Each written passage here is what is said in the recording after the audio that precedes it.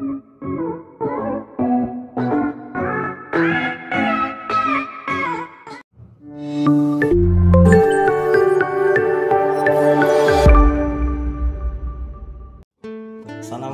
warahmatullahi wabarakatuh. Salam jumpa dengan Bapak. Perkenalkan sebelumnya, nama Bapak adalah Mufasikin, salah satu staf pengajar di SMK Negeri 1 Kalibawang.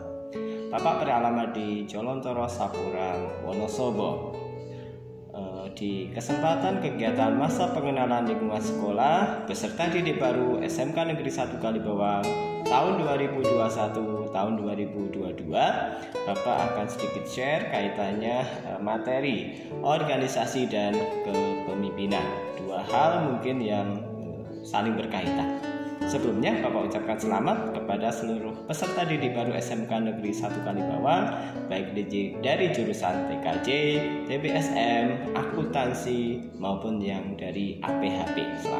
Selamat bergabung di SMK Negeri 1 Kalibawang. Mari kita wujudkan bersama kesuksesan.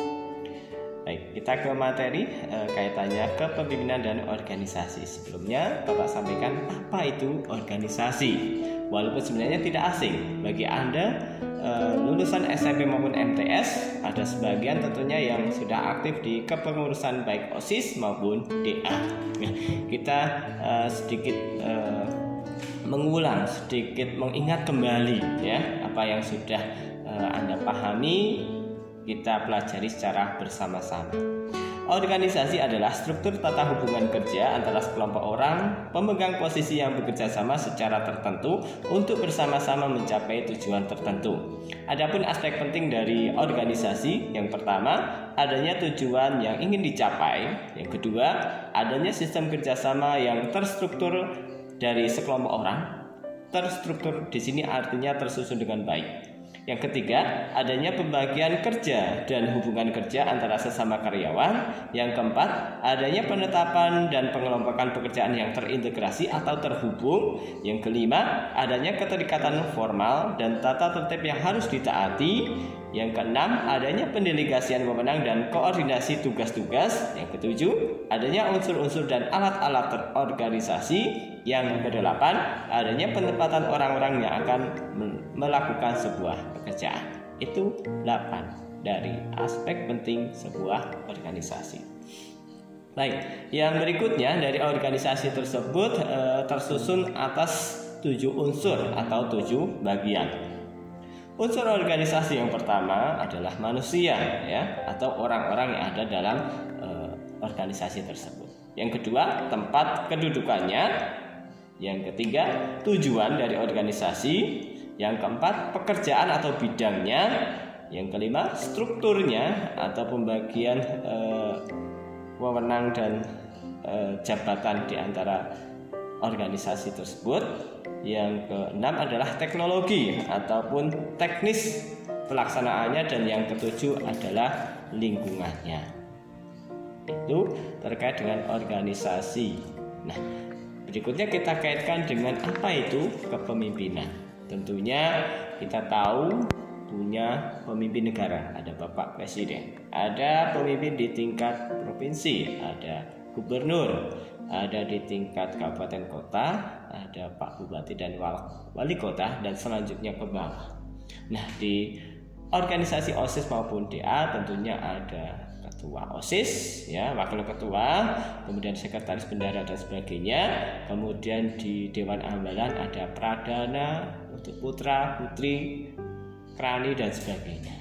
Nah, kepemimpinan bisa diartikan adalah proses dua pihak, dua arah. Artinya satu pihak harus mengetahui cara memimpin dan pihak lain harus mengetahui cara mengikutinya. Tetapi dalam prakteknya tidak ada hal-hal seperti pemimpin murni maupun pengikut murni. Setiap pihak adalah pemimpin dan pengikut pada waktu bersamaan, dan kedua belah pihak memikul tanggung jawab untuk meningkatkan efektivitas kepemimpinan tersebut. Dalam kalimat lain disebutkan bahwa kepemimpinan adalah kemampuan untuk mempengaruhi suatu kelompok untuk mencapai tujuan tertentu. Baik, terkait kepemimpinan, Bapak ingat sebuah potongan hadis yang Bapak terima dulu ketika masih di bangku pendidikan SMA atau aliyah. Dalam sebuah hadis disebutkan bahwa sahnya setiap orang itu adalah pemimpin dan harus bertanggung jawab atas kepemimpinannya kelak di akhirat. Kulukum rongin wa kulukum mas'ulun an rongiyati. Jadi kita mengawali dari pribadi atau perorangan, person yang kita memimpin diri kita sendiri. Nah, dalam seseorang itu ada organ penting yaitu hati, di mana hati ini menentukan gerak maupun perilakunya. Jika hati ini baik, maka tindakan perilaku seseorang akan baik pula. Nah, ini tentunya penting. Dari seorang individu atau person yang baik, memiliki kemampuan, memiliki pemahaman, memiliki kepribadian yang baik, ini tentunya ketika berada dalam lingkungan besar, sekelompok orang yang kemudian nanti orang baik ini ditunjuk sebagai pemimpin, maka akan berpengaruh besar terhadap organisasi yang dipimpinnya. Nah, untuk selanjutnya Bapak akan sampaikan kaitannya kepemimpinan dalam organisasi. Adalah sebuah proses di mana seorang pemimpin memengaruhi dan memberikan contoh kepada pengikutnya dalam upaya mencapai tujuan organisasi. Pemimpin yang baik bukan berarti seberapa banyak orang yang menjadi pengikutnya, bukan ya. Bukan pula dilihat dari seberapa lama ia memimpin, 30 tahun misalnya, bukan. Tapi pemimpin baik yaitu pemimpin yang setelah dia turun dari kepemimpinannya, ia mampu menciptakan pemimpin-pemimpin baru yang berkualitas. Nah, ini yang dikatakan berhasil. Jadi pemimpin yang berhasil, pemimpin yang mampu menciptakan pemimpin-pemimpin baru yang berkualitas. Untuk selanjutnya, kepemimpinan menjadi salah satu faktor penting bagi keberhasilan sebuah organisasi. Untuk itu, ada beberapa sikap kepemimpinan yang mutlak dimiliki. 1. Menjalin kedekatan dengan anak buah. Jadi pemimpin bisa membangun komunikasi dan hubungan yang baik dengan orang-orang yang dipimpinnya. 2. Memberikan semangat dan motivasi. Penting ini.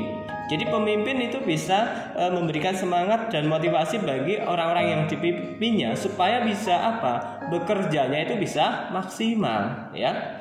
Jadi kepemimpinan dalam organisasi bukan melulu soal pangkat dan jabatan, tetapi di dalamnya bagaimana seorang pemimpin dapat memberikan semangat dan motivasi, bahkan untuk hal-hal yang kecil dilakukan oleh anak buahnya. Yang ketiga, memberikan kepercayaan dan tanggung jawab. Ini juga penting.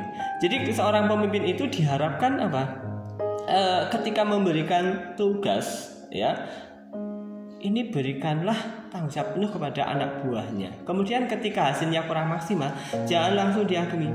Itu tidak benar, itu tidak maksimal. Jangan, tapi coba berikanlah feedback agar kedepannya mereka tidak takut salah dalam mengambil sebuah keputusan.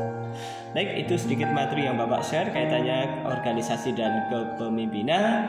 Semoga bisa memberikan pemahaman, memberikan manfaat bagi kita semuanya. Tentunya nanti ketika Anda sudah masuk di SMK Negeri 1 Kalibawang sebagai bagian dari peserta di SMK Negeri 1 Kalibawang, diharapkan bisa memberikan warna manfaat bagi sekolah kedepannya, baik sebagai lingkup sekolah secara khusus maupun kedepannya sebagai anggota dari masyarakat di lingkungan Anda. Demikian yang Bapak sampaikan. Salah dan kurangnya saya mohon maaf. Saya Ari. Assalamualaikum warahmatullahi wabarakatuh.